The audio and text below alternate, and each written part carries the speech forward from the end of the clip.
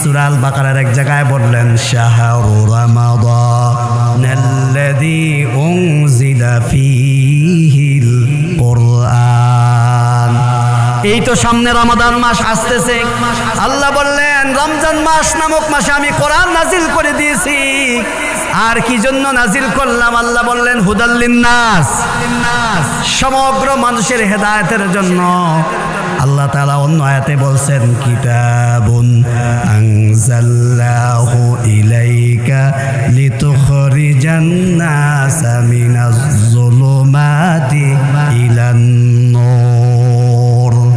আমি এই কিতাব নাজিল করেছি এই জন্য অন্ধকারাচ্ছন্ন সমাজ থেকে মানুষগুলাকে আলোর দিকে নিয়ে যাওয়ার জন্য আমি আল্লাহ কিতাব নাজিল করে দিয়েছি, কোরআন নাজিল করে দিয়েছি। আমরা বললাম আল্লাহ মিনাজ জুলুমাত, এই জুলমাত, এই অন্ধকারটা কি? আল্লাহ বলছেন শোনো, এই অন্ধকার হলো জাতীয়তাবাদ, সমাজতন্ত্রবাদ, পুঁজিবাদ, ধর্ম নিরপেক্ষ মতবাদ। মানুষের তৈরি করা যত তন্ত্র মন্ত্র আছে সবগুলো হলো জুলমাত, অন্ধকার। আর ইলান নূর, নূর মানে হলো কোরআন, নূর মানে হলো আল্লাহর রাসূলের আদর্শ। যে আদর্শ ধরে চলতে থাকবে, যার চলার শেষ গন্তব্য হলো আল্লাহর জান্নাত। সুবহানাল্লাহ বলেন, সুবহানাল্লাহ বলেন।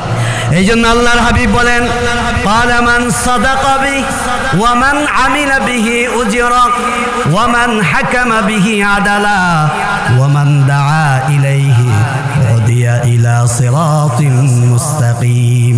আল্লাহর হাবিব বলেন যারা এই কোরআন থেকে কথা বলে তার কথাই সত্য, আর এই কোরআন দিয়ে যারা জাস্টিস পরিচালনা করবে তার জাস্টিস পরিচালনাই হবে সত্য, ন্যায় সঙ্গত বিচার।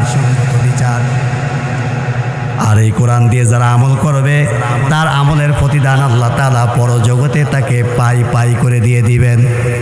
আর এই কোরআন দিয়ে যারা দাওয়াত দেওয়া শুরু করবে, যেই দাওয়াতের সূচনা হবে আল্লাহর এই দুনিয়ায়, শেষ হবে গিয়ে আল্লাহর জান্নাতে। সুবহানাল্লাহ, সুবহানাল্লাহ। তাহলে এই আয়াতগুলো থেকে বোঝা যায় কোরআন নাজিলের উদ্দেশ্য কি বলেন তো? মানুষ। তাহলে মানুষ নামে সূরার দরকার আছে না নাই? আল্লাহ বললেন মানুষ নামেও আমি আল্লাহ সূরা নাজিল করে দিয়েছি। কোরআনুল কারীমের ক্রমধারা শ্রেণীবিন্যাস অনুযায়ী সূরা ফাতিহা হলো সর্বপ্রথম সূরা, আর শেষ যেই সূরাটা সেই সূরাটির নাম হলো মানুষ সূরা। কি সূরা বলেন? মানুষ সূরা। আল্লাহ বলছেন কুল আউযু বিরাব্বিন নাস মালিকিন নাস